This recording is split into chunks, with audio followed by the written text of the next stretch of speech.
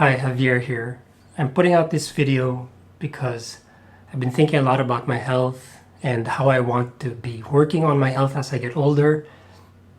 And up until this point, my main philosophy for health has been I want to think about things for the long term.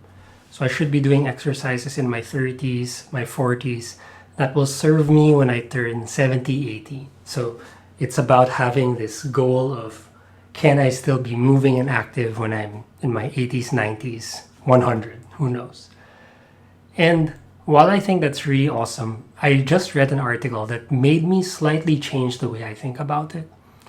And counterintuitively, it's an article by Morgan Housel, who writes The Psychology of Money. So his article is about finances and how people spend their money. And there's a quote in the article, and I'm just going to read that for you. Morgan Housel says that many of the financial planners he talked to, one of their biggest problems is getting people to spend money in their retirement, not to save more money. To me, this makes sense. People are always looking to the future, saving for the future just in case something happens in the future.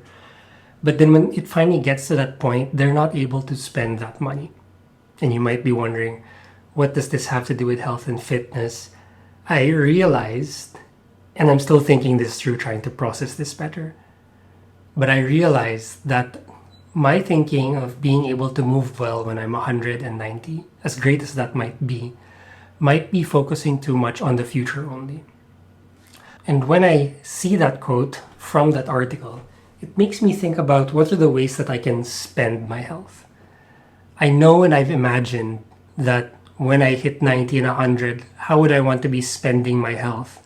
Well, I want to still be moving. I want to be independent. I want to be able to play with grandkids, young people, right? I want to be agile. I want to be able to walk. I want to be able to go on hikes. Through reading this article, it also made me think about, can I spend my health wisely, even in my 30s, 40s, leading up to when I hit that 100 years old? Because what I don't want to happen is I find myself only enjoying my health when I'm in my 90s and 100s. That's to say that I want to balance spending and enjoying my health while I'm young. And as I enter middle age and start to get older, how can I enjoy my health all along the way? In other words, I don't want to be saving so much my health that I only get to spend it in the end. The reason I kind of got thinking about this is last month I joined a jiu-jitsu class in my local area.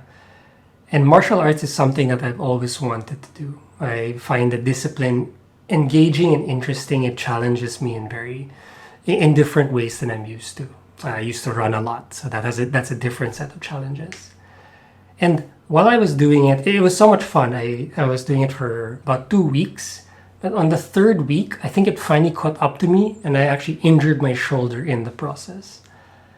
And while I don't think that's the end of my martial arts career or my jiu-jitsu practice, it did make me think that perhaps my opportunity to do very intense, very aggressive kinds of movement like martial arts, maybe that window has closed, right? Maybe that was something that was meant more for my 20s, right?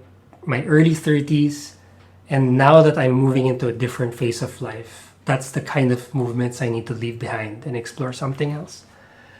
I don't know yet if that's really the case. I think I'll continue to try before I really decide if it's not for me, or at least before I decide that that window has passed.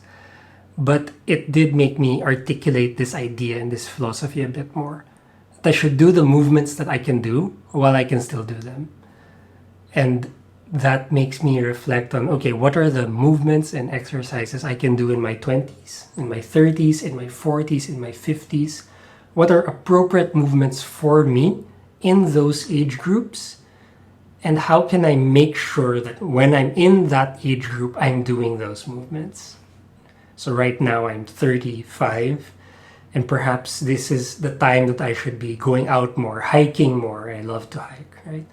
Because perhaps in my 40s, when I have a family, it's not going to be so easy to take this time to do those kinds of long hikes. So that kind of thinking is what I'm playing around with right now.